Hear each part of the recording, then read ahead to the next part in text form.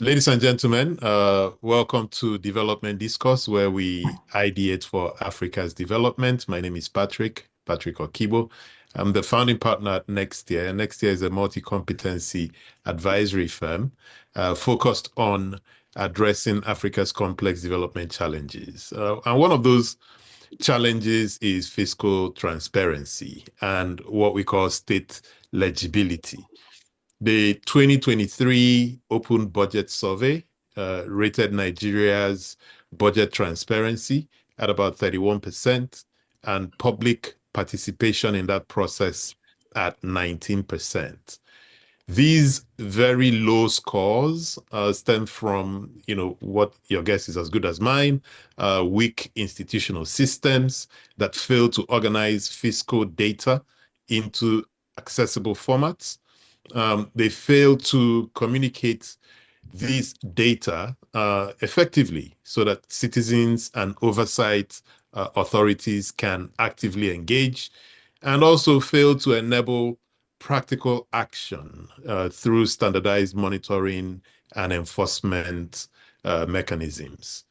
My guest today, Seun Onigbinde, and BudgIT, the firm he founded, a civic tech firm, set out to address this challenge. BudgIT combines civic practice with sustained public scholarship on fiscal transparency, budget execution, and citizen accountability, rejecting the notion that openness alone drives reforms and insisting on translating, sequencing, and the ability to trace public monies from formulation through release, procurement, delivery, and audit.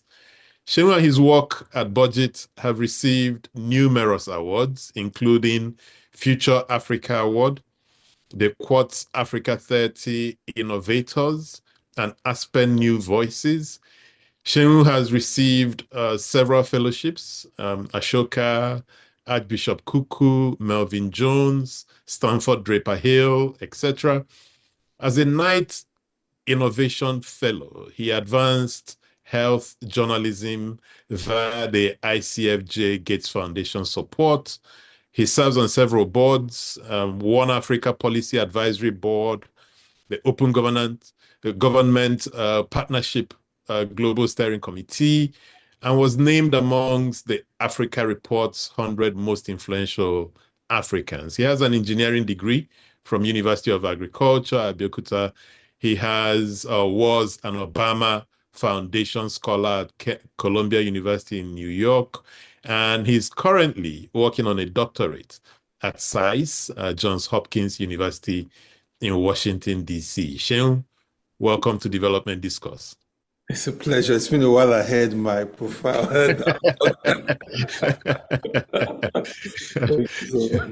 Oh yeah. Thank you. Thank you so much. I'm wondering if you have not flattered me a little bit. No, I'm just stating what the research shows. Yeah. And I had to abridge it actually. Yeah. Thank you so much, Patrick. No, no, thank you. Thank you. And let's start with the core idea I'm really excited to explore with you today, which is legibility, right? The scholar James C. Scott says that legibility is power. And I guess, that's probably what also motivated you to start BudgIT. So when we say that the Nigerian state is illegible to its citizens, what does this mean in practice, I mean, in real life? thanks so much. And I mean, next year is a place I really enjoy having conversations with. And I'm happy to talk about this because a few people, when people talk about budget, they don't talk from a strategic position.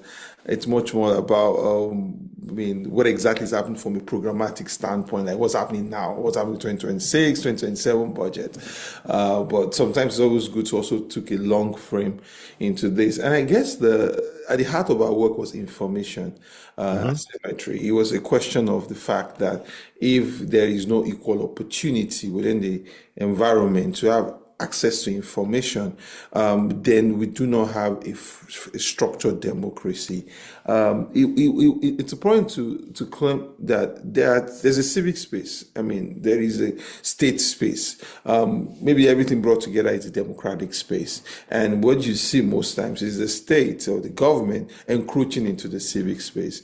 And if the civic space, which is owned and managed by the citizens, the civil society, the media, and other actors and the stakeholders in democracy, if they don't claim that power, they figure out that they just say, okay, power belongs to the people, that popular slogan. By the end of the day, the power does not reside with the people. So the work for BudgIT around building that legibility was just to give citizens equal access to public information and ensuring that we equalize opportunities for informed debate within the society. We didn't want a society where government just speaks top down. We wanted a society where we all have access to equal information and we can all participate in a form of respectful and interesting debate about the fiscal direction of the country. My own view is apart from constitutional power, which sets basic framework for how we're going to exist. The most important power, again, is the fiscal power, ability to disburse resources, manage resources, and even direct resources to where we believe it should engender development. And what I always tell people is democracy does not guarantee development. Democracy in its best form, first guarantees debate. I mean, that's like what we are guaranteed to should have in a democracy. I can make my position known without worrying about if I'm endangered or if I'm challenged. But if democracy guarantees debate, it also means that it should steer us towards development at some point, because that debate is supposed to engender an environment. People ask, are we taking the best option in terms of how we want to proceed? Maybe political option, perhaps. So my feeling when we started BudgIT was breaking down that information asymmetry and also understanding the quality of education within the country. That it is going to take a whole lot of simplification, a lot of personalization for everyday people to connect these issues all together. But before we get into that, let's stay on the definition now. If we say that the government or the state is illegible, what does it mean? Is it that we don't have data? Is it that data is missing? Is it that the data is unusable? Is it that there is no consequence even to that process of creating data or use or not use of that data?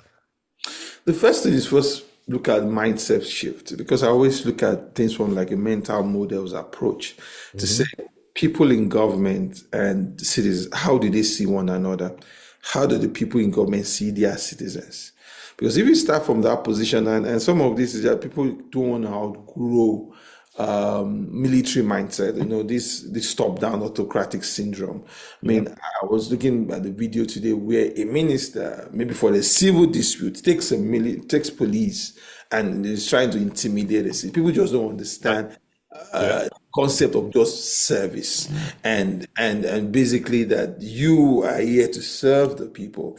And I guess some of this also has to do drawn from our culture. We are drawn from a culture, maybe a little bit, and I don't think we have a single culture as a country, but most part of the country is a little bit paternalistic, is a little bit like monarchy, it's a little bit people in authority, and that's why you hear the number one president, the number one citizen of this country. And Exactly. who writes the rules and calls someone the number one citizen of this country? And those are the kind of things those are the framing that has weakened the ability of citizens to be able to act as principals. This principal allegiance theory as principals within a democratic space. So I say first, we have a mental model challenge where citizens don't see themselves within that environment, that we are the levers of the environment of the society actually belongs to us. And it's made them a lot apologetic, a lot in places where they're supposed to stand firm with a lot of audacity. It's made them to grovel so much. And also because rule of law is also not a fundamental frame within our society. So that comes to the second part about us having even governed fully by the rule of law. So I feel like data it's not the problem, because if Mm. people engineer the mindset that I'm responsible to the people, then I know that okay, I should be fully open to them. I should be transparent to them. I was looking at some state financials yesterday, and the state just decided to publish just 2 pages of its. It was other state published 40 pages. I mean, Akwa Ibom, let me be specific, 4 pages of document on its half year, a full year budget performance report. And I'm like asking, why? The question is, because you and everybody's like, oh, if I publish this transparency, people will question it, they will review it, they will twinkle, they will ask questions. I mean, those are the mindset. How do we even quench that mindset that this is about service? Mm. The second thing, so we don't have a service-oriented mindset, and that's made it a little challenging on how we're able to even engender transparency, how we're able to even, when we talk about accountability, which means citizens make inquiry or the query, and there's an obligation on the side of the government to respond, how that is even very, very much more challenging. So I guess if we're able to adjust that mental model, then we now begin to accept that the data, first of all, is not adequate. Mm. Then Moja, even let's say we've made a lot of gains on transparency. I mean, as of today, all the states have published their detailed budget, except Rivers states that we know as a significant challenge. As of today, all the states have 34 out of 36 have published a budget implementation report. So a big step forward. But the question we're going to ask is, if the inquiries are made about how did you spend more money on a government house operations than health, would there be adequate response, And to we'll get to that. We'll get to that. Let's go back to your origin story. So when budget started, it was a big deal. Nigeria didn't have anything like that. What was the theory of change, that guided you at that time? Were you looking that was the thinking that providing information will Mm, change behavior? Or mm, was it that, the media, now armed with all of this information, will have will push for a change in incentives in the political class, or that the community, mm. having been armed by this information, will, demand change? And what did you think was going to happen? How did you think budget at that time, at the beginning, not today, that budget was going to help, make the state more legible I and mean, accountable? I like the question, because you said at the beginning, Yeah. a lot of water has passed under the bridge. Yeah. But let me say, the feeling at the beginning was we break down information, we simplify public information to the citizens, make sure that at every level of literacy, every level of interest in governance, they're able to understand it. They're able to take this information and make informed choices, Hmm. and also demand accountability and efficient service delivery. Hmm. Informed political choices, which means if you don't listen to us, we'll change in time. You would able to demand accountability for how those resources are spent. Hmm. And you're also going to demand not just efficient service delivery, because you can build a project of 10 million naira for 100 million naira. You want to Hmm. Hmm. processes are a little bit more efficient. And so that was, and at the end of the day, we get a much more improved use of scarce public resources, because maybe at that time everybody always assumed, oh, Nigeria is a highly researched country. Over time, we realized maybe it not be too true. But at the end of the day, we believe that with what we had, there should be much more optimization in how those resources are. Exactly. So we Hmm. build a much more equitable and a much more improved society. That's like the connecting tissue. Break down that. And it was because Budget Office was publishing that data. I mean, to some extent, the detailed budget was available. Maybe the entire value chain, I mean, implementation reports, audited reports wasn't there, but at least at the budget level, which is like the policy intent, I mean, the budget was available. Hmm. That was like the end goal. That was like the chain we were running with. What did you believe then that Mm. turned out to be wrong?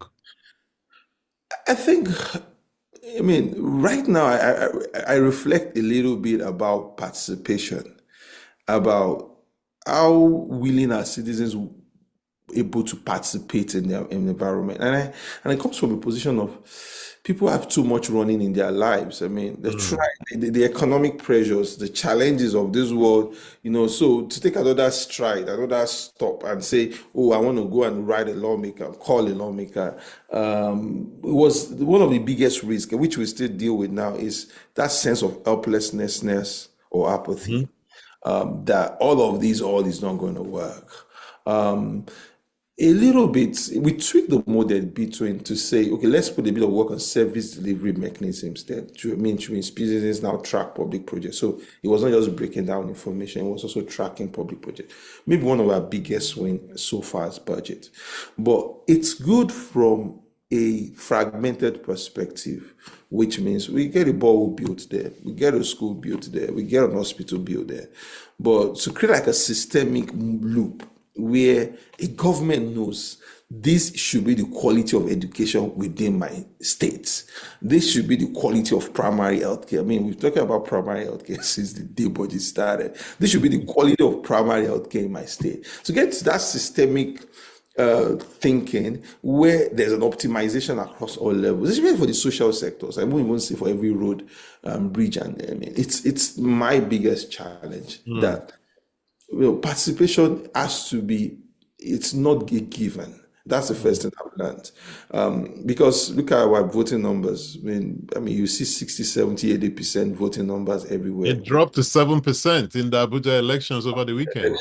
So first thing I've learned, that's why I tell people, I mean, when people want to start non-profit, and this is side notes like, oh, go and be attacking government. That's why donors can give you money. I said, attacking government is a loss-making opportunities. Nobody, because everybody, there was a window of the transparency and accountability movement in those, and luckily for budget, it seems we were ripe for that time.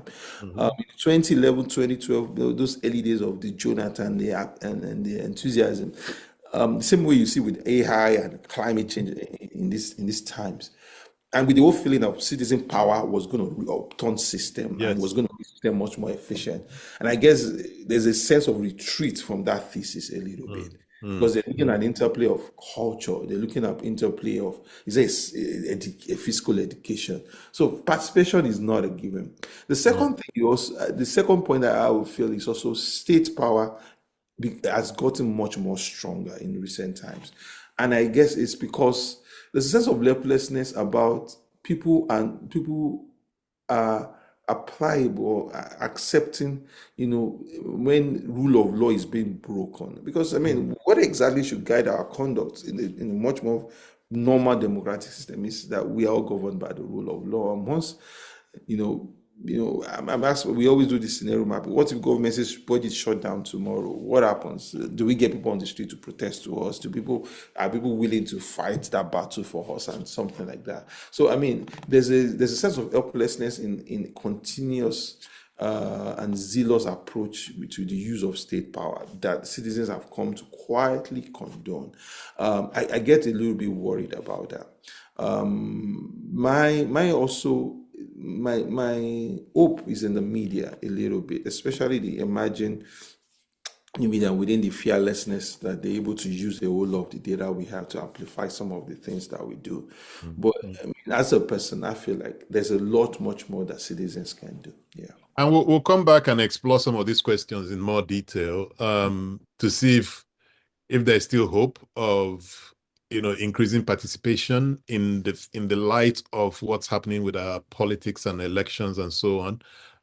But let's talk a bit about one of the things that really differentiated budget when you started, which was just the ability to take a mass of data and translate it into language, pictures that pretty much everybody could understand. The guy on the street could understand recurrent and capital expenditure and so on, and how that kind of affects their lives. In your work in translation, what did you find to be the most impactful for people? What resonated with people the most? Is it like turning budget into human language? Oh, this amount of money could have given you X number of hospitals, or was it comparisons, comparing one government to the other, or was it like per capita discussions? I'm thinking of the guy who's thinking of going down the same path. What can they learn from your experience in translating data to get people to move? Hmm. I like that point because I think it situates into one key thing. And I mean, and I go back to maybe 2013, 14, when we had to bring back our girls movement. And one of the things the question someone asks is, if you say bring back our girls, yeah, strong. But if you reverse and say, what will you do if your own child is missing? Mm. Now that gets really people where like, oh my God, your child is, I mean, the idea that your child is missing. My daughter in the US was missing for like 6 hours. And she's a little bit autistic, so it was like the world Wow. was crashing down. So I guess, and I'm making that point around personalization is Mm. important part of because the data turned into stories, the data breaking it down was exciting. But I think where we saw a lot of push is how much do we start personalizing the data, to people to see that this is about a resource that is scarce, but it's been also being wasted. And so first thing is to show the alternative use of those resources. But one thing I think has been a really enduring thing for our work, which comes back to personalization, is the issue of tracking public projects in local communities. I mean, a whole Mm. lot of communities, you would underestimate how they feel neglected, forgotten, underserved. They don't ever believe. So to come to a state of a position that certain projects is in the budget for their community. It leaves Mhm. them in a state of disbelief and a Mhm. state of also excitement that we need to put the pressure on. So that's why I always do give a lot of credit to the work we have done with Tracker.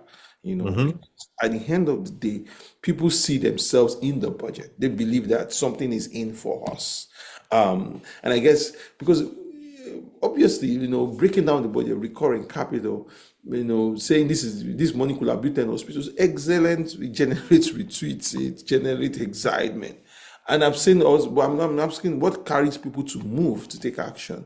And I guess it's mostly about a sense of having inclusion that something is in for us for the budget, that this is for our community. A lawmaker maybe possibly should be more responsible for this. And that has gotten us to deliver or to facilitate or to ensure that certain projects are delivered in local communities. And I guess it's the holy grail of communication. I'm not a communication expert like that, but I know, when people want to push harder on communication, they want to generate either the emotional, the rational, or the ethical part of humans to react to something, they bring it much more personal, Mm. and then people now begin to get more excited. And I guess that's what you even see with boarding platforms like Gist, you understand, and the different tools that Zikoko citizens that are also, trying to analyze maybe the next generation voices on these issues too. So, and if you look at, say, NAITI, right, the Nigeria Extractive Industries Transparency Initiative, and for decades, they've talked about um, the challenges in the oil sector. They publish data on areas of leakages and our inability to put meters to track how much we're producing and what's happening with the money, etc. So they've done a good job of pushing out that information, right? But so often the consequence never follows. You've talked about public participation, but are there other things that lead to that failure, that our inability for that information to lead to consequences? Because if we don't understand why it keeps breaking, then even looking for more newer ways or pushing for transparency in government may not yield any meaningful results. So why have we just been unable to get any traction, even with all of this information that BudgIT has pushed out, NATI has pushed out, and so on? And I like that question. And I think two problems are there because even in the earliest days of Native, we've always backed them and supported them. I mean, we did much more when our good friend Waziri was heading the Waziri did a good job. the job. And you could see how he brought a lot of scholarship, a lot of intentionality to the data, and even on art things that maybe people like even at that level, found a little bit esoteric, arcane, difficult. He was able to break them down much more, and it's reflecting his subsequent work with Agora policy. Mhm. And I guess the missing link are two things: incentives and institutions. What is the incentive for me to be more accountable to you? I mean, that's the first thing I'm always asking, because Mhm. people, because and I guess it was a presidential candidate, not gubernatorial candidate of Lagos, Duarte, that mentioned something about people just believe that people in public office believe, oh, we keep hearing this. It's just budget. It is just budget regurgitated. It's just the same typical civil society, blah blah dash or whatever we decide to put out. Mhm. It's because incentive the citizens, there's not enough massive framework to tilt the incentives to say, if you don't respond to us, you don't remain accountable to us, these are the consequences. And it's just and that's the first problem we do have. There are no incentives, because I'm very, very much more open-minded to say the biggest incentive of a political office holder is I will lose my seat. Exactly. That's the biggest thing that would happen. If it's about shame, we are in a very, very shameless environment sometimes. So makes that. So if you say, "Oh, we're going to do all of shame and this, I'm going to put him in this," no, you can even try as much as possible to scrub the internet. But at the end of the day, he knows that this continuous agitation threatens my relevance within the political system. There's an opportunity for him to respond to that much more clearly. So I believe that we have not been able to figure out a way to connect the work, and it's just because if you look at it, for example, and let me go back a little bit to the U.S. The civil society in the U.S. is a little bit partisan. So people says their ideology, Brookings, their ideologies are much more liberal. Then you Mhm. have people like Heritage, their ideologies are much more conservative Republican. So people take positions and they're unapologetic. But in our own space, you are constantly being pushed to stay right fine line in the middle, to not connect some of the issues to some political incentives, to not agitate the people to a certain position where it seems as if you are trying to get too political. You understand? Because first of all, the incentive that you would possibly lose your funding is on the table. The second incentive is that government continues to label you explicitly that you have now become a political The tool. position. Mhm. Yeah, even possibly an opposition. And I guess because, and it's just, and that's why I'm referencing back to that gubernatorial's position to say, there's a bit of way to say, they've limited it to the continuous agitations that just doesn't seem to have an exit point. And it's just because we've not connected a little bit to the political services to now get public office to respond. Now, let's even say public officers just don't respond. If we have an high quality of institutions was higher than what it is, they are going to be able to respond effectively to these things. So they are even not as if sometimes you don't have executive overreach. I mean, we've seen a bit of that in the US once in a while, but you have the judiciary and you have the bureaucracy who still serve as safeguards and as guardrails to some of this executive overreach, or some people call hyper presidentialism, to be able to say, you can't do this because this is not acceptable in any way. And Mhm. I guess that's the continuous thinking, in my own view, that we've not the work has not generated enough power because of it's not tweaking the incentives for political office holding, and it's also not we don't have the quality of institutions to even respond when all of that is missing.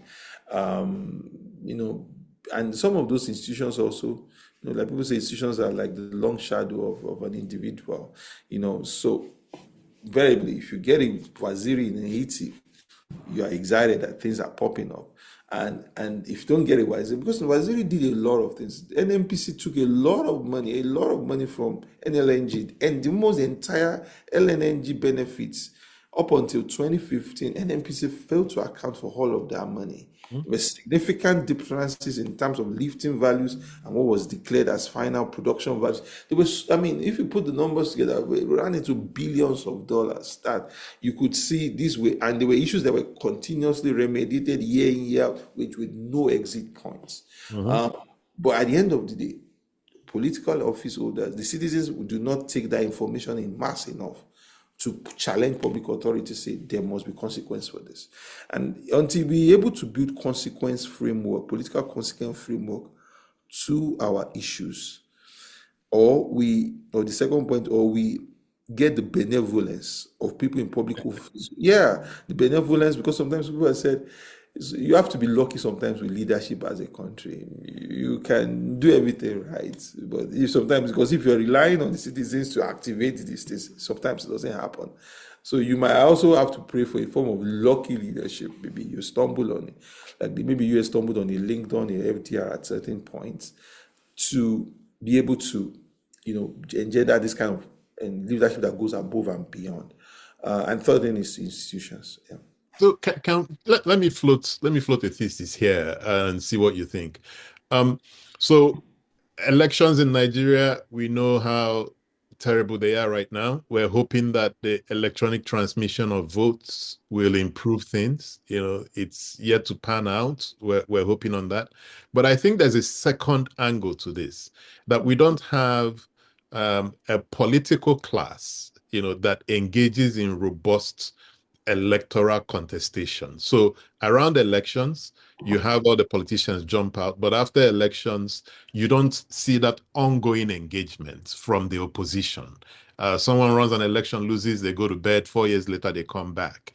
Do you think that if we shifted our focus from hoping for mass civil engagement to working with the politicians who have not been successful and equipping them with data to hold the feet of the incumbents to the fire, do you think that could be a pathway to change, more than hoping that a country where you've got 63% of the people living in multi-dimensional poverty, that these people will find enough calories in them to go out and be protesting, etc.?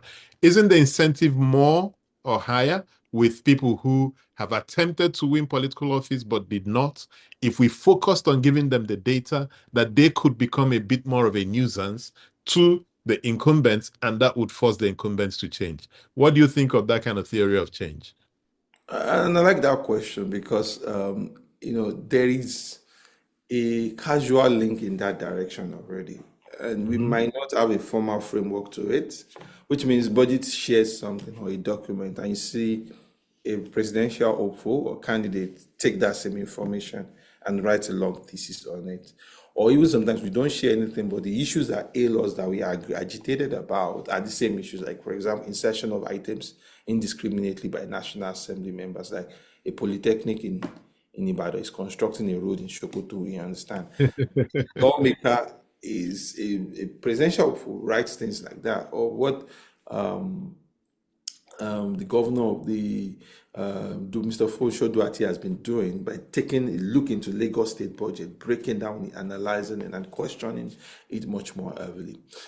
And I feel like maybe we need an institution, because I pray that, I don't know what 2027 looks like, but I pray that the parties that emerge out of 2027, either the ruling party or the governing party wins, or either the opposition wins, I pray they get much more grounded in scholarship. In fact, I remember when PDP used, and there's the danger of, used to have what they wanted to have the People's Democratic Institute, which was supposed to be like their own robust think tank. That was OBJ's idea.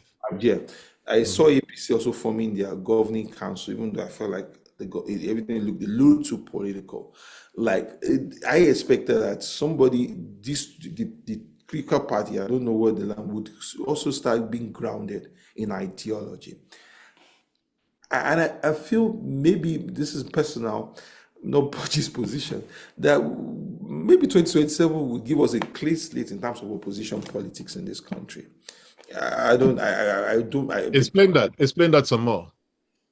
Why I say so is that I feel like, depending on how the results go, and maybe I could mention names with Atiku and Obi, in my own view, this is their last throw of the dice as two persons. And if you go back since 2019, they have been the ones being the key blocks or the key power blocks within the opposition politics in this country. And in my own view, either it's a swim or it's a sink or swim for both of them. If they win, maybe they go together, they win, good luck, and that changes the landscape going forward. If they don't win, it means it creates a vacuum within the system heavily, and maybe we cannot have a new level of groups that can take that space. And why? Because I don't see both of them as politicians, personally. I believe that, and that's why it comes back to your question, because they are not a day-by-day politician. Peter Obi without politics is catering to his private business. Atiku without politics is possibly in Dubai, resting his body in the sun.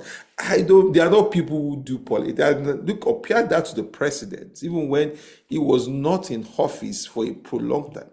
His day-by-day life was politics. You understand? So, and I guess that maybe when we exit, maybe then, if whatever 2027, when if that space gets opened, depending on whatever happens, maybe then we now get people who now take opposition, because I feel it's not the governing party is doing what he would do. Let's not lie. I mean, he came and promised us change, and we are worried about the quality of what has happened. If this is the optimal change we earnestly looked up to. Now, what you expect, I've tweeted this a lot of times, that the problem we have much more is the quality of opposition. Because people also want to know, if I'm jumping out of this problem, I don't want to jump into a higher problem.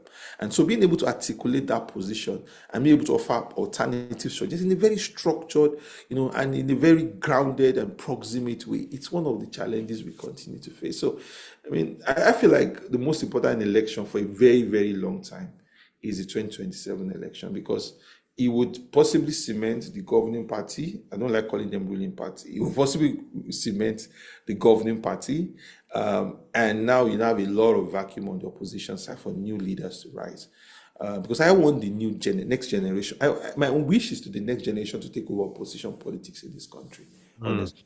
Yeah. And I'm trying very hard not to be sucked into this political conversation. No, I don't want to. But I think I'm losing it, because I have one political question to ask before we get back on track. And it's interesting that you mentioned Funsho Doherty in Lagos. He ran under a party in the last elections, and he appears to me to be the only politician in Nigeria today, and correct me if I'm wrong, who in the opposition has remained consistent, just focused on ideas. So he looks at what the ruling party in Lagos State is doing. He profiles a counter idea and backs it up with data, some good thinking, etc.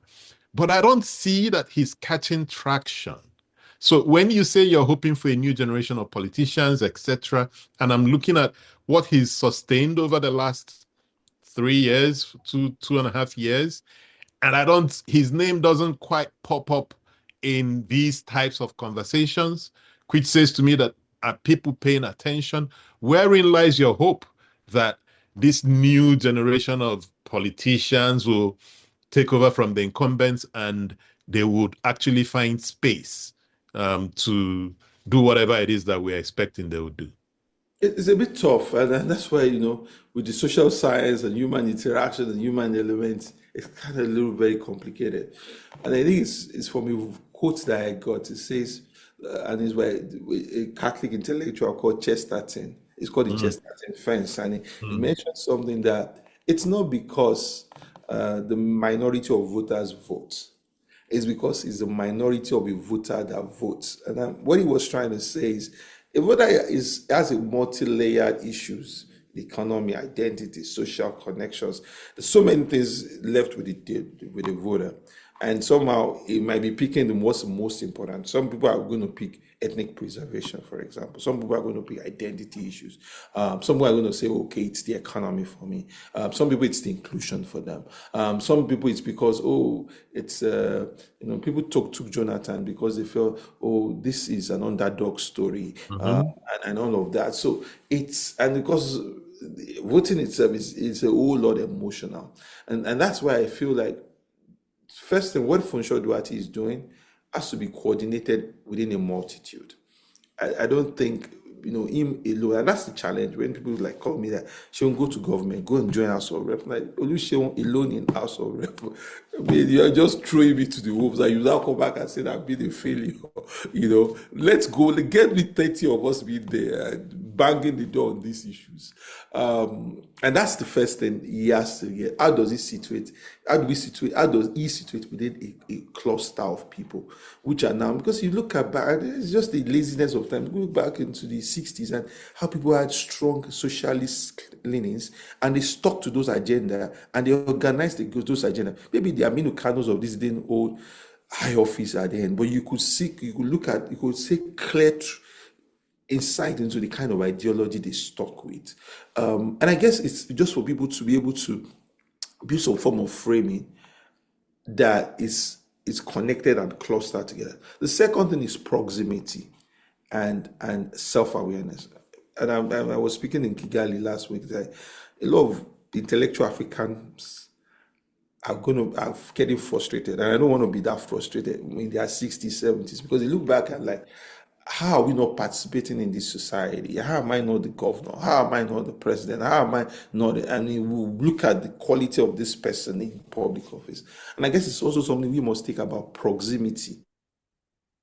Because sometimes we just parachute in. I mean, if you have share some rice. In my own church, yeah, I'm not lying to you. My church in Ogbomoso, I've been giving them rice every Christmas and oil every Christmas. Not because I could afford it. I could just do it. I don't even need to do politics. Now, because they are going to maybe want to do politics and I'll show up. I don't just show up because they heard my name. I've always been in Lagos. I have a technology hub there that is free for people to use, young students. And we have almost around 180 people every single day using that technology hub. An extra cost of maybe 1.5 million naira per month. I can't afford that. You understand? So in some sort of way, it's extremely important that as leaders, we also be proximate. I mean, just sit in high offices, in glass tinted walls and write nice things. And that's when you look at even BudgIT as a concept. We didn't just break down information. Tracker was what took us to the streets and to the grassroots. And that's why I think we must look at it. We want to take the society where it should be.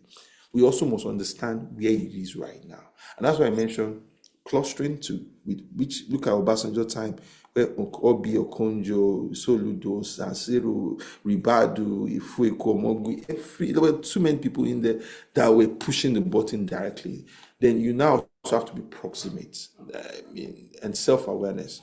If it is with the heightening of identity in this country now, it won't make sense for you not to be contextually aware of our identity issues and how politicians can manipulate them.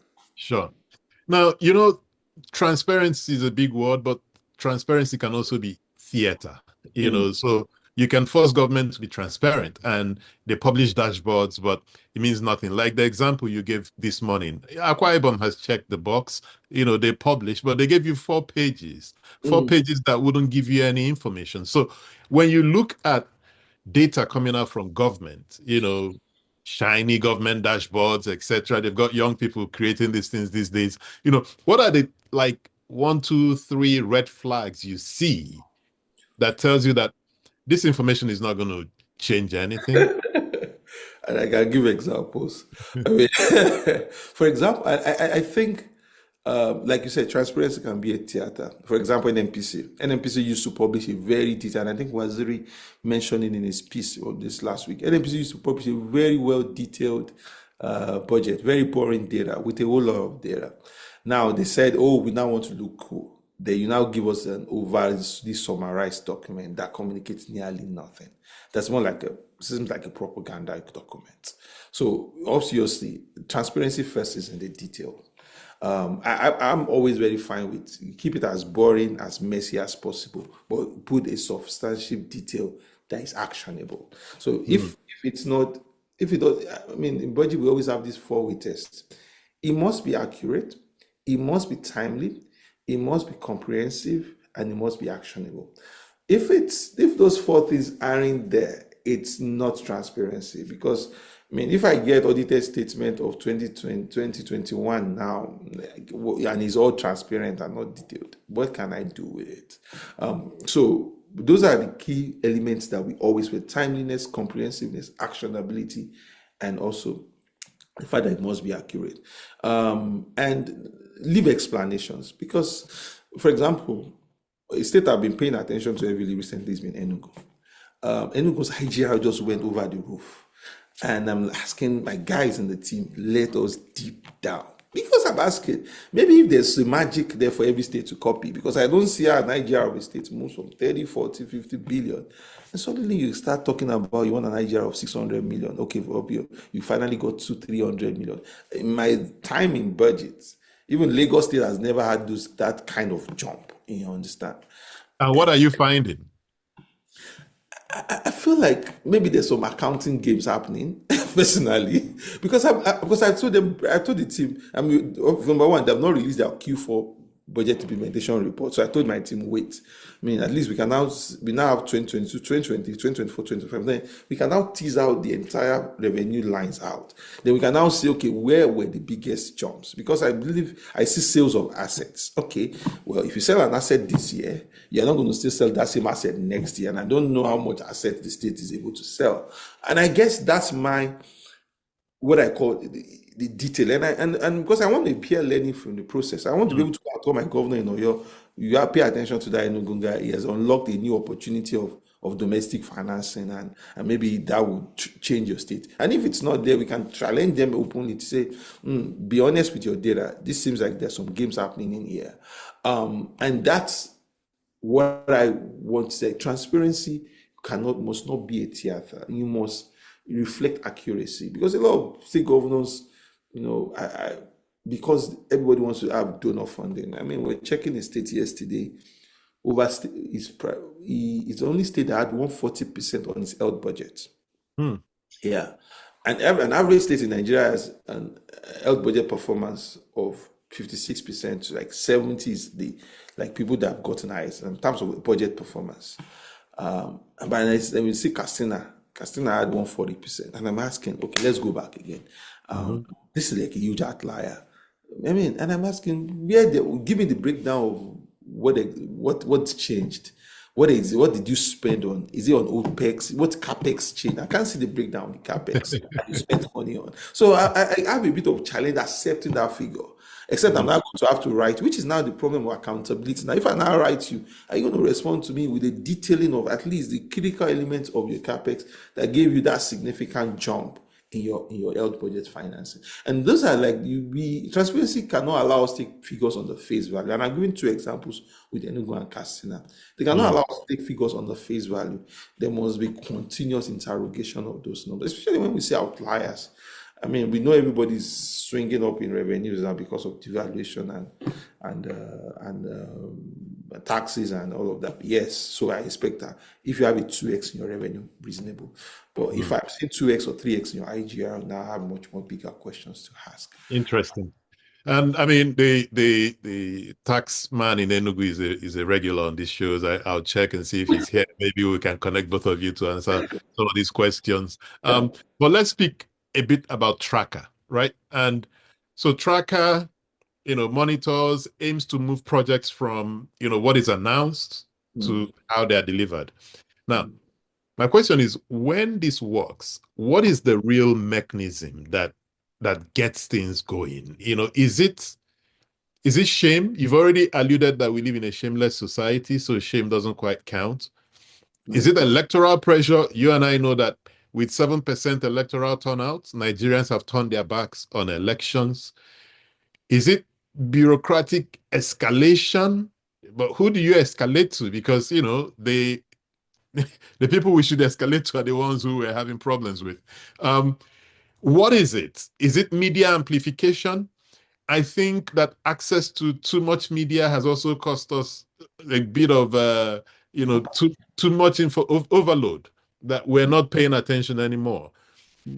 What is the mechanism that keeps budget going? Why do you think that budget would be impactful?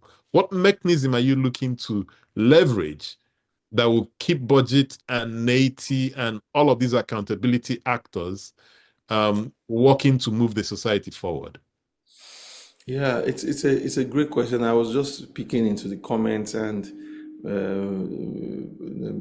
Mr. Dr. Badibo Smith was saying about, you know, Who has been a guest on the show, by the way? yeah, it's an incredible man. I mean, that the government does not fear the people. You understand? And please invite me to subsequent show. I don't want to miss this kind of conversation. Because when I saw my good friend from Ghana, I'm like, am I not going to be where like Simon is speaking? You know, I think that's the apt topic because I've heard him speak about that topic in Kenya before. So Yeah. I want to hear it. I mean, it's it's clear that there is for students like track, and we ask that how long do we want to exist? I'm very honest about my team to say we're going to be 15 years this year. For how long do we think we are relevant on these issues? Or how long do we think that we are the best people? I mean, people have been talking about budget issues prior to budget. So it's not as if we had a novel approach. We have put a new approach to it, but it's not as if these issues did not predate the organizer or people didn't fight those action aid. Center for Social Justice had been there. And those questions are even part of what is on the table, even for the organization to say there must be a period where we come out and do a call over or review of what we have done and ask, is it time to just go, or how much time do we need to have? And because there's also a challenge within the development sector that we become issue dependent. I mean, we just, we are maybe we just flip into new things. I mean, climate, AI, and jumping in and there. My worry is when we are not there, who fills that gap? And I guess that because look at state budget access now, for example. It wasn't when we started budget, people had been arrested in Delta State. The guy even works in the presidency now. He was arrested. He used to work with us. He was arrested because he asked for the state budget. And it was a serious. So that we now have state governors now publishing budget or publishing reports. It's not something that just casually happened. It took a whole lot of time, and some incentives from the World Bank also has also significantly helped in making that happen. So who's going to, I mean, World Bank will not borrow us money forever to keep doing these things. Who holds the line continuously in that direction? So that's one. The second thing also is, so who holds the line in terms of improving information ecosystems for the citizens?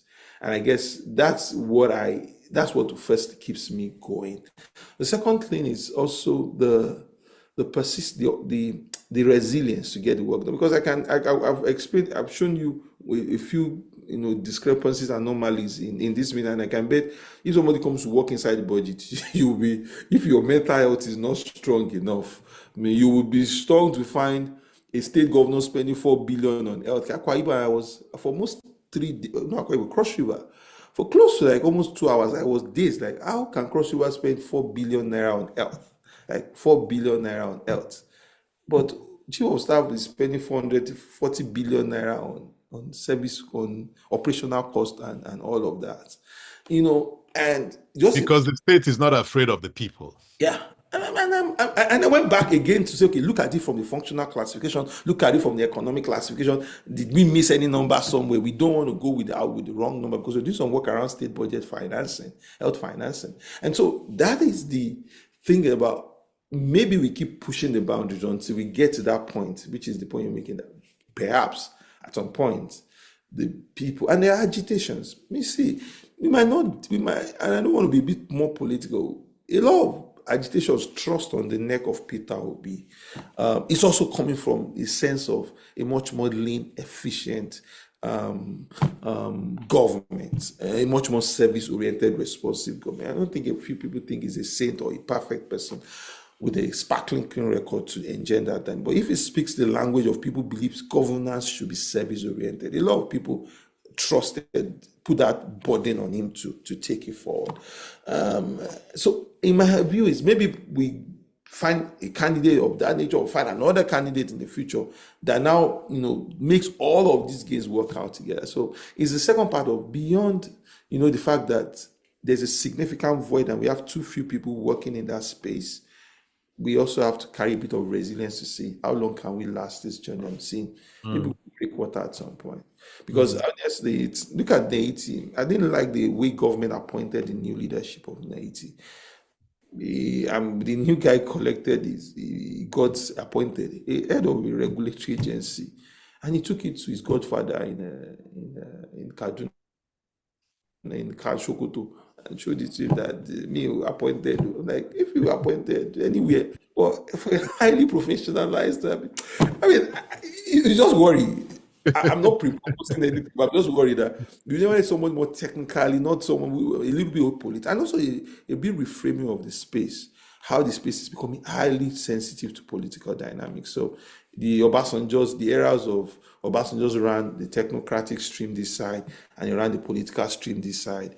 It seems like those streams are significantly converging, Yeah. and that even now spells much more doom for institutions that I expect should Mm. establish this tough gap. Yeah. And just to say that we're going to open it up for audience participation, and as usual, just type your questions in the Q&A tab. I'm unable to read all the comments and pick out the question from there, but if you put it in the Q&A tab, I can pick it from there and give right attribution to the person who posed the question. But maybe one more question for you, Seun, before we go over to the audience participation. Where do we draw the line on constructive engagement? And here I'm looking at BudgIT and all other accountability actors, and how do you constructively engage without being co-opted by the system, right? What are the non-negotiables? Independence, credibility, trust, but also mirror that with how do you balance being in the room and getting stuff done and being shut out because you're seen as opposition? I'm sure these are issues that you've had to deal with in BudgIT. How do you balance those? If I tell you I have an answer for that, I will be struggling. I sent a mail to my team last night because, and that is a conflict even inside BudgIT. Some team would take a data from maybe a primary healthcare center and they could take it on Twitter and they tweet. And next thing tweet, Sarah reporter takes the story and they write a very scathing report about a primary healthcare center. Then someone else within the BudgIT team who's trying to form a partnership with a state government, suddenly does not even read the tweet, does not even read the story, then goes to meet the maybe commissioner, and the person says, "Look at you, you are trying to come for a partnership, but this is still the same you last week, tearing us apart on the media. What exactly do you want?" And I would lie to you, it's and I had to resolve some conflicts just yesterday among the teams, like how do we strike a balance? And it's hard because also, again, there are incentives beyond this. A whole lot of funders also want you to prioritize collaboration, co-creation. And it gets me scared a little bit because I feel like society is drifting into this direction.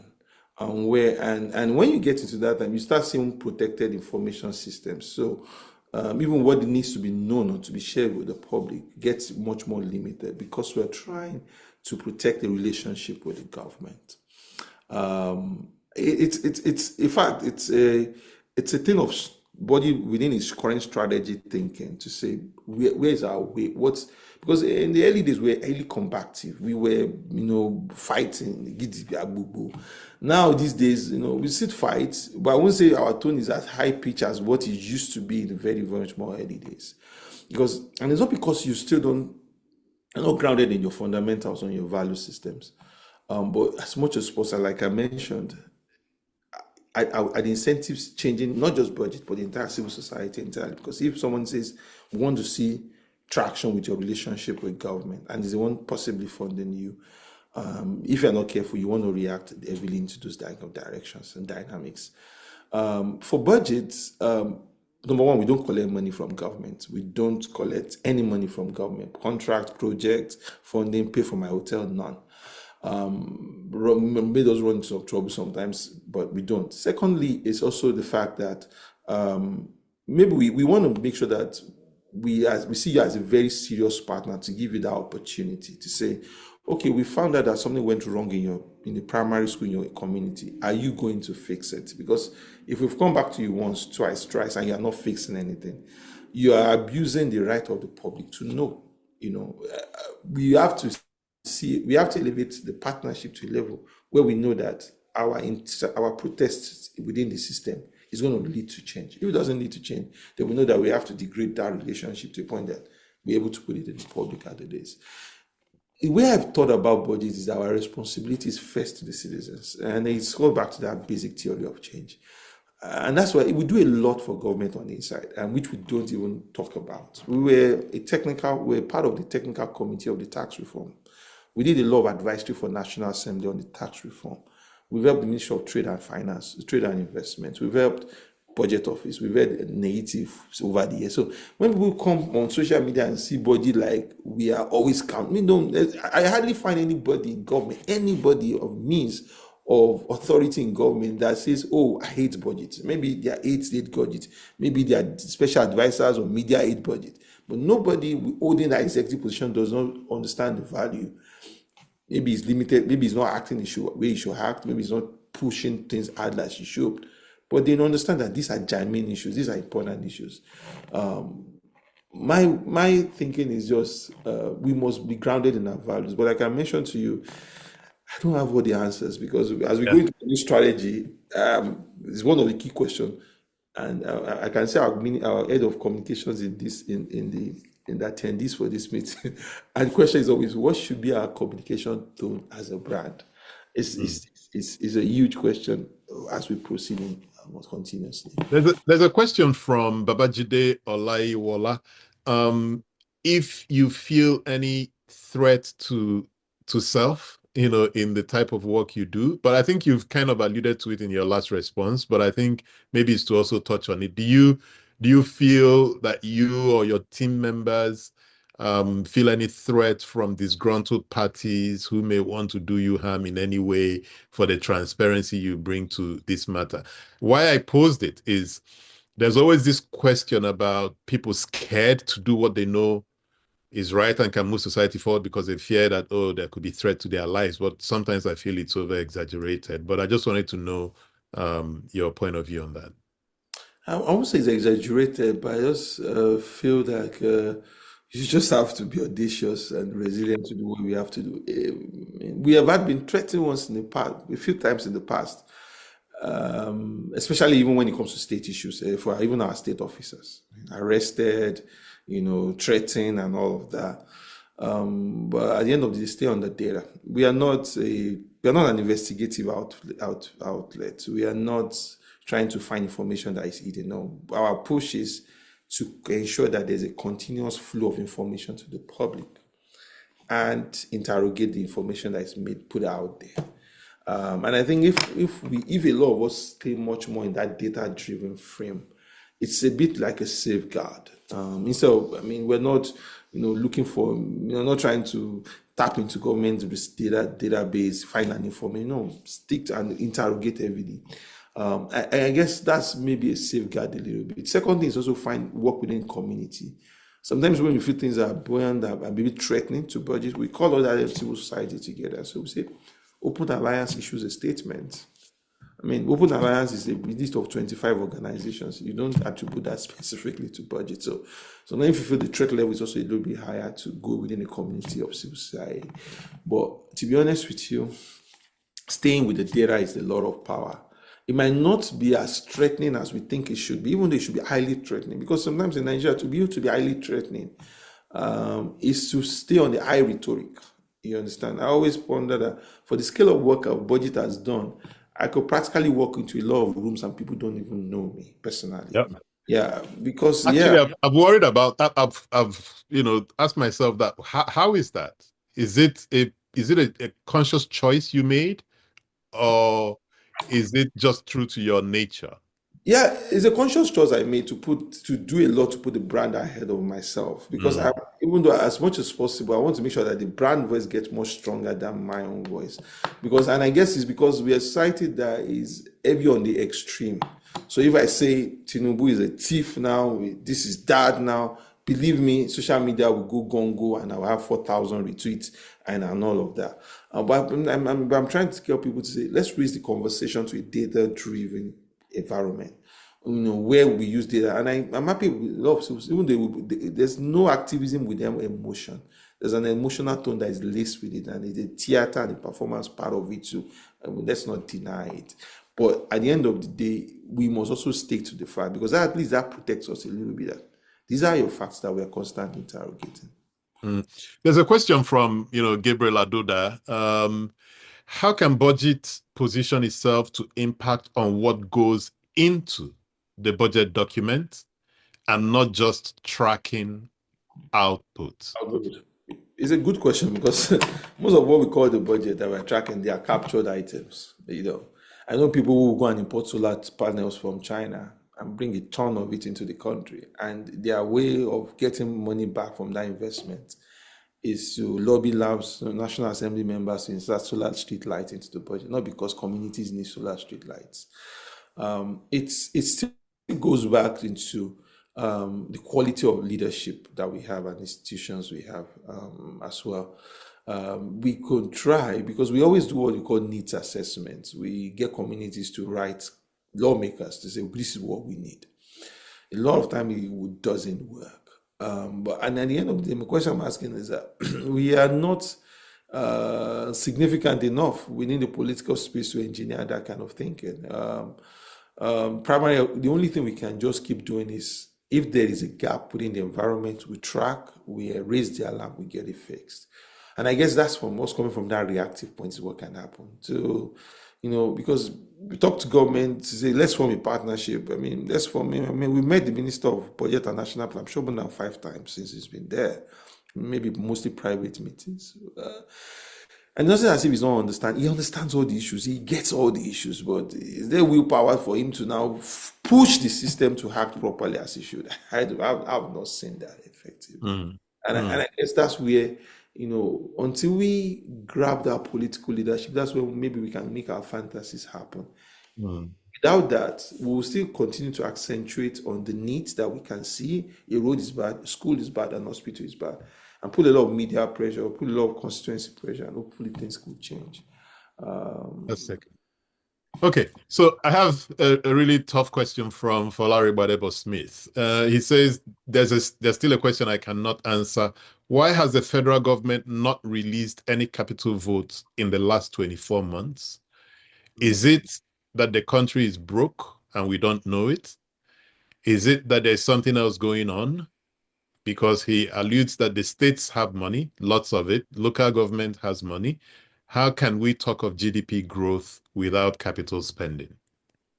It's a very valid point. And the first thing is, I feel like the federal government has been shooting itself in the foot with some of the position it's been taking on the fiscal side. CIT was their biggest box. You took that down to 25%.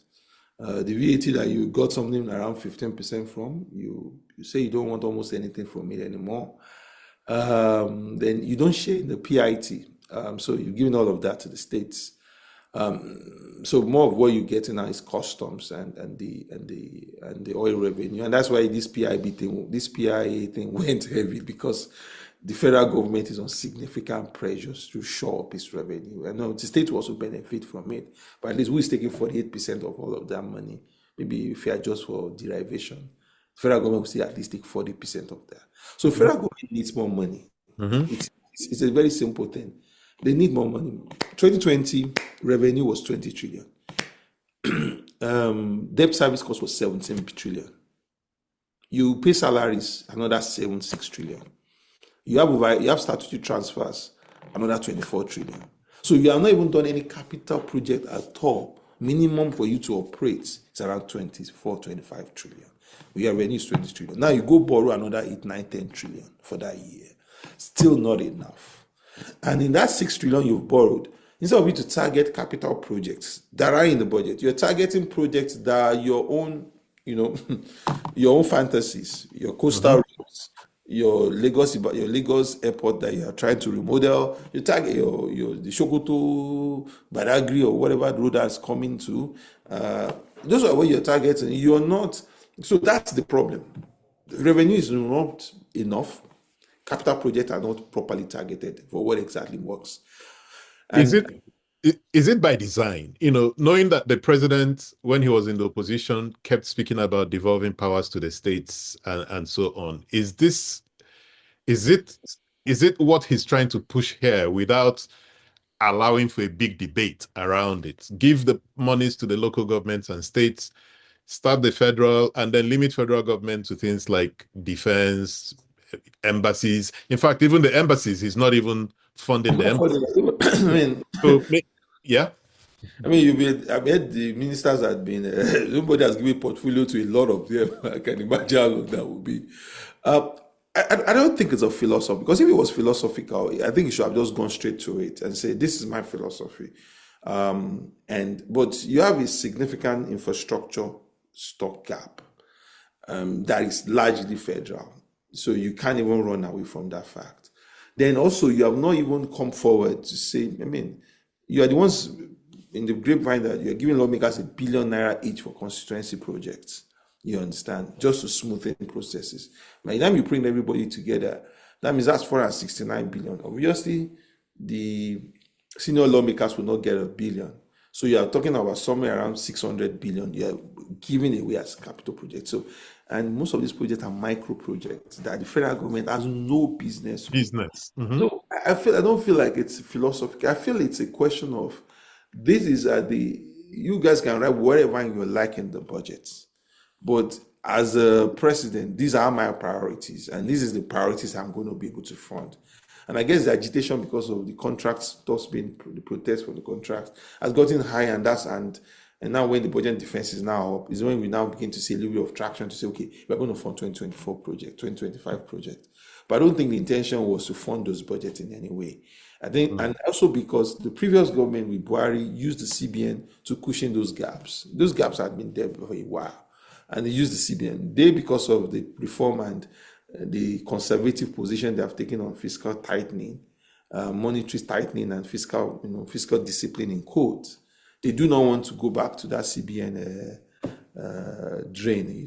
So that's what I perceive, but I don't think it's anything philosophical. I think it's the president just positioning what he wants. Yeah. Okay. I have a follow-on question from, Gabriel Adoda, to his first question. His first question was on, how can budget position on impacting what goes in and, and not just tracking the output. And you gave your response. He's following up here with, when you say you are not significant enough to do so, as in influence what goes in, is it just you as an organization, or should we consider raising a community of voices that will put pressure on politicians to listen and do the needful? This surely will require a sustained campaign, and you can start with pilots. What's your take on this?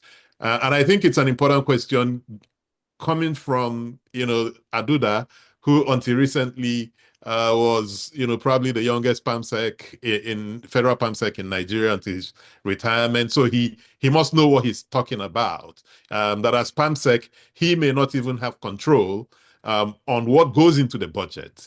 So he's saying we need help. And how can budget lead that help to the institutions? I do agree. I mean, and I guess number one, the more the merrier. We do not have enough civil society organization. It's just that the barrier to entry is also a little bit high. Let's not lie. But we need more civil society to take different positions, to take different points. Imagine we have to analyze budgets for 36 states and all of that. It's a challenge. So I think number one, we need help. Number two is also we could pilot with a few. We do a few because state governments these days, they do this budget conversation. They go around the state, they go regions by region, and they speak to different people. The problem is that those things are also more of a show than actually substance, because now everybody is even hailing the president, hailing the governor for his good work and all of that. But I believe that if we pilot a bit with some forward thinking in lawmakers, will be really helpful. To say we build a need base, we bring the communities together and say these are most pressing help. Primary school, some schools just need a secondary school. They have a primary school that is manageable, but the students have to work another 15-20 minutes or maybe another 1 hour to be able to get to the nearest next secondary school. So, and I've been to a few communities like that, so it's also very important that maybe we build a framework with a few people that are forward thinking. The problem is not if a lot of them want to engage at that level. We feel that are forward thinking to say, what exactly do the people need? And I could be a tweak in the model for us as a person. I would take that as a feedback. Fantastic. And here's another one to take, and it's from Dozie Opalo-Obieri, who I'm sure you know. He used to be Yeah. an aide to Ngozi Okonjo-Iweala as minister. He says the Funsho Doherty example in Lagos is an interesting one. Not that it's budget's role, but I wonder if stakeholders and advocates in each state can be identified that can utilize the data to directly hold government accountable. Would this be a role that budget would want to lead? It's a bit tricky for our voice because I mean, I can bet that I won't mention names, but there are many people who come to us from the opposition, even from government, because I'm open-minded to everybody. At least let's get results. So if Yes. a lot of people come from us from the opposition to say, I need some help and some data, I need some extended analysis from this. And we are happy to do that. Even from the governing party, we're happy to do that. And I guess it's a good approach. People, because like I said, maybe when political elements raise those voices, or maybe elder statesmen raise those voices. An example was when there was this funny promotion of the president's ADC, and I could see some very old retired military folks say, no, this is not permissible, you understand? And you could see how there was a retraction of that process. So sometimes you also have to look at, because people who might possibly carry a lot, they are genuine voices within the environment, also because they don't speak a lot. And two, also people who also carry a role of political threats. I mean, it might be an opportunity to also, get them to have access to this information at that scale. So that also films like thesis of what, and maybe we begin to tweak government down the line a bit more. There's a question from Engineer Chris Okeke. What is the single most important factor why our budget is always never implemented? As I said, number one is that we are short on revenues. We have, no matter how much glamorous, and what is eating our revenues strongly, continuously, is debt servicing cost. And it's like a ruinous loop. We have deficits, we borrow, we're servicing that same debt. That adds up back to the debt servicing cost. Some very terrible decisions we made in the Juari environment, especially around Euro bonds that we took. We took those bonds maybe at 400 naira to $1. Now we're servicing them now at 1,500 naira to $1 and all of that. So obviously we have a chunk of that budget is lost to debt servicing costs. My thinking is we need more revenue, and maybe that's why these taxes and this PIA adjustment that the federal government is looking for is happening. The second thing is also we have a fragmented, uncoordinated capital spend. If you have too little left, after you have to also be targeted to it to say this is what we want to fund, and this is because it's generated to generate development. What we get to do in Nigeria is our budget is more like a contract vending machine. It's not tied to any form of broader development agenda. I always challenge people to read South Africa's budget to see how almost every single line is tied to a program-based budget. So there's a say, we say we want to improve child nutrition. And that's, you look at the budget items and what you see is child nutrition improvement. Not because a donor is driving the agenda, or not because it's just because a lawmaker or a director in the ministry thinks that is what I want to deliver. So those are our budget is not tied to development. It's like let me push that a bit, Seun. I remember back when Ngozi Okonjo-Iweala was the coordinating minister of the economy that she spoke a lot about tying our budget to our development plan, and I recall even on infrastructure, there was that big effort, the Nigeria Integrated Infrastructure Master Plan, and how that was supposed to drive budgeting.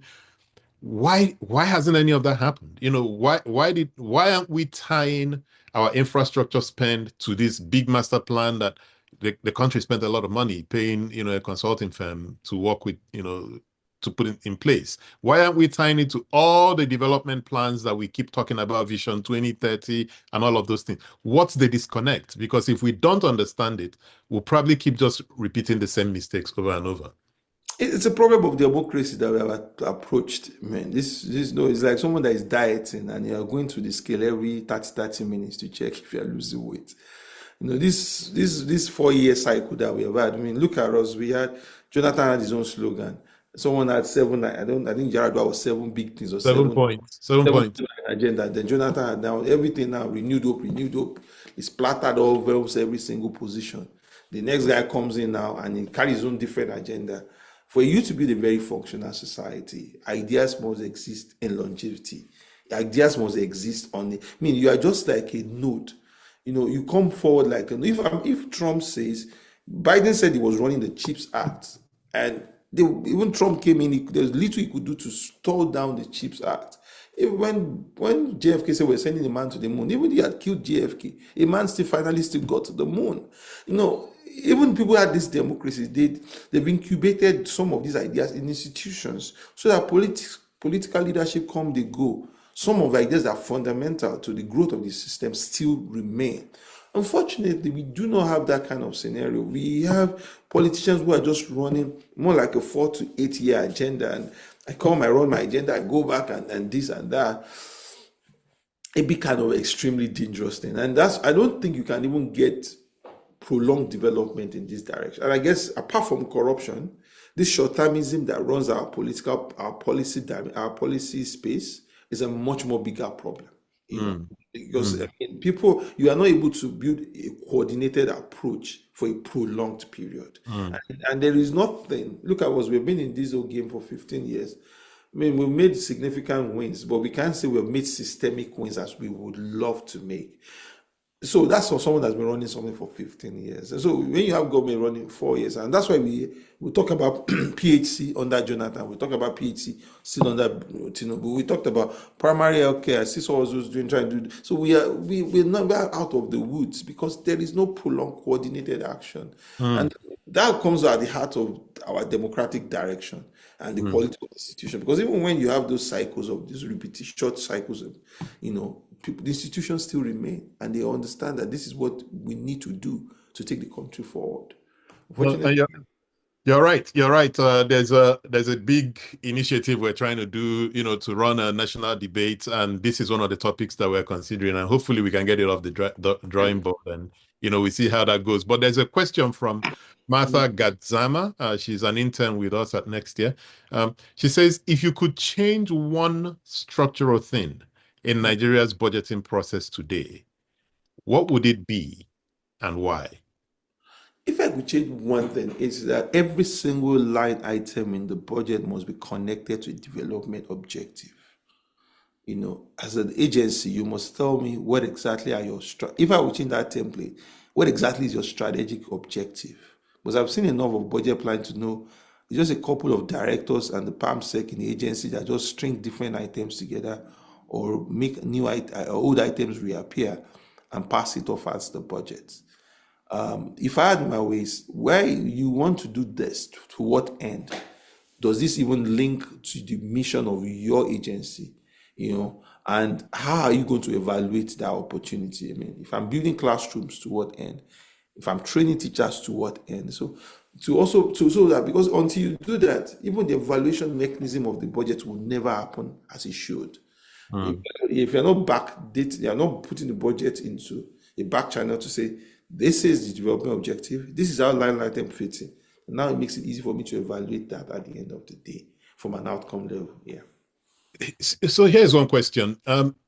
If you were to define a minimum viable accountability data stack for a state, let's even stay at the state level, what are the 5 data sets that must be published reliably, and the minimum standards that make them usable?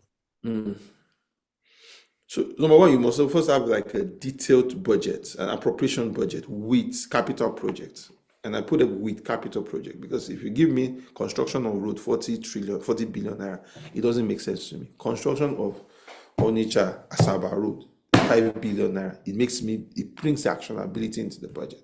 So give me a detailed budget with defined capital project. Secondly is the budget implementation report at that same level of detail. If I've also released 2 billion naira for that road, let me see it, so that I know that, okay, I'm not making noise of what funding has not been released for. We built a platform called GovSpend in BudgIT, which is massively used by media. Even it's like our own nuclear weapon. We hardly use it. GovSpend.ng, and it's a place where you find all every government, as published by government. Every government spending is there and I've not seen a government official once say, "Oh, this data is wrong." No, because we pull that data from the Open Treasury platform of the government themselves. So, and that makes it more easy and fancy. So I want to be able to see on the budget implementation report or at the very detailed level. Third is your audited statements. Audited statement will still be highly summarized, but at least beyond what is politically said, let me know what is officially gazetted, because government can able to say, "Oh, I raised IGR 100 billion." By the time I go and check the audited statement, it's 60 billion naira. So, and I'm asking, we ran to Ogun State, I had one problem with time when the governor kept insisting, "No, this is my IGR." I said, "Oh, God, I didn't write your audited statement." Your audited statement is 60 billion. Let's stick to what is in your audited, because that's what it's official from your auditor that you say. So I feel like a lot of the fourth thing is citizen budget. Complicated, because you rely on budget to do that, but it's not supposed to be a permanent work. You have a responsibility to also further communicate what you have done. So break down the budget in a way, localize it, make sure the language, put it in English and Yoruba, Southwest, Igbo, begin Abusa, make it. So I also want like a citizen budget. The final thing I also want is like an evaluation of the budget and like an outcome evaluation, especially for things around health, education, social protection. I want to see government also reflect to say, we did a sample on numeracy, literacy, and we feel that because of an investment in education, things are changing. Because a lot of times, like I said, Nigerian budget is like a contract vending machine. Constantly, we just want to spend. We're not evaluating what has been done. So I want to be able to get a state government to say, primary healthcare, this is why we did do a structured database to say, this is the maternal mortality in our state. Because a lot of data thrown at Nigeria, like maternal mortality, infant mortality, they're just extrapolated by international databases. It's not as if, because we don't have a robust data collection mechanism even on the inside. So why can't we just not, a state government say, I have an outcome evaluation mechanism, especially, I built a road. When I built that road, this is what we transformed in the environment for people in that road. We reduced travel time by this, movement of goods by this. We increased the property price and the capital appreciation happened because of this. Those are the kind of things you want to also see, that government is not just spending, it's also thinking as well. Fantastic. There's maybe one more question, and it's from Umahi Agu, who is an intern with us as well. And she has a pretty radical question. She says, do you think we'll get to a point where the citizens can vote for line items on a budget as a society, given that we're operating a democratic system? No, you're tweaking it entirely. This is complete out of the box thinking here. Yeah, because that's no longer representative democracy as we have. That's now direct democracy. I think the Swiss government, they do that kind of democracy where people have referendums and they vote, not line by line capital, but some very topical issues. If the citizens don't vote for it, it doesn't happen. So I feel like if we want to tweak that model, the chaos that comes with that is also crazy, but it's also I don't think that solves the problem. It's that public office is about trust. And the citizens must also occupy their space to ensure that the trust that is handed over to people, it doesn't get damaged, doesn't get abused. And like someone also mentioned, the people in the public must be in constant fear. There must be in that constant contestation that, it's as if you are in a room and you give someone the key to a room.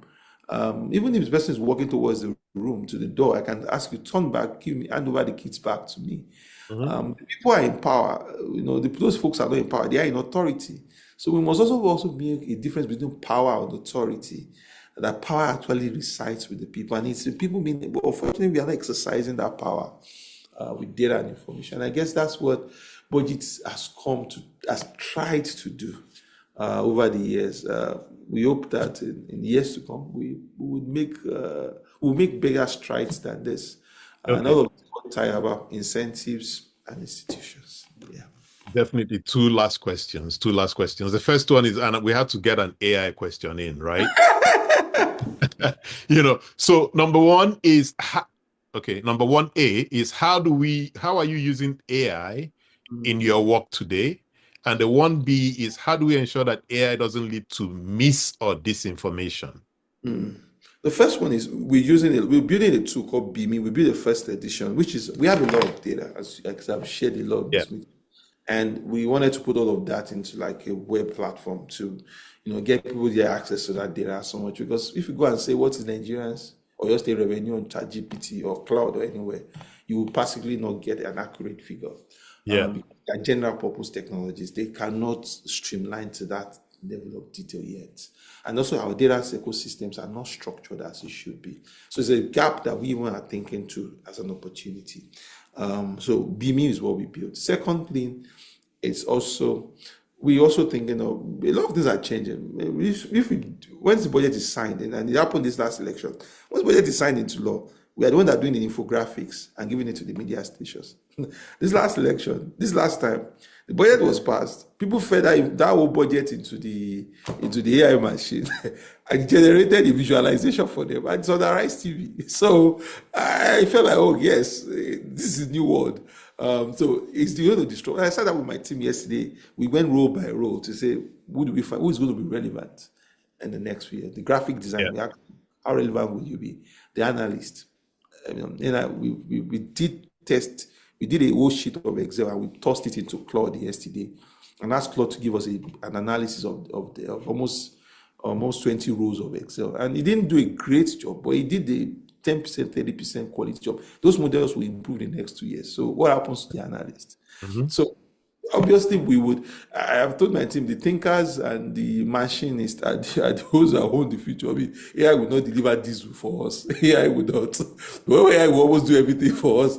Apart from those that will think through the system and those that have to still do the hands-on, like the admin and logistics. So I told my team yesterday, it's the admin and logistics person and those that can take in these organizations that have their job AI proof. As far as I understand, and will be possible that we label the data or gather the data from whatever sources there is. So we're thinking heavily about how AI shifts the work internally for our internal work.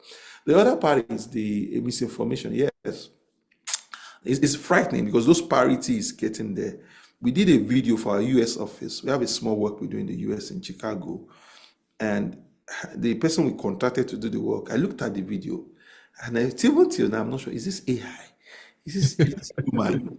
Is this AI? Is this human? Because when they maybe a black, because I don't have an American accent, so there's no way to speak about it. So we look for someone to do it, either a white person or a black person. And they finally found a white person who said we'll do it. But I think don't agree that it's like she faced the camera and did it. So I'm worried a lot about AI and for things like, and I guess I'm part of the World Economic Forum, a team called Information Integrity Committee, and we're writing a paper towards that. And I'm doing a bit of contribution to those direction about what information integrity ecosystem. We would have to be rapid. Yeah. We also have to set global protocols.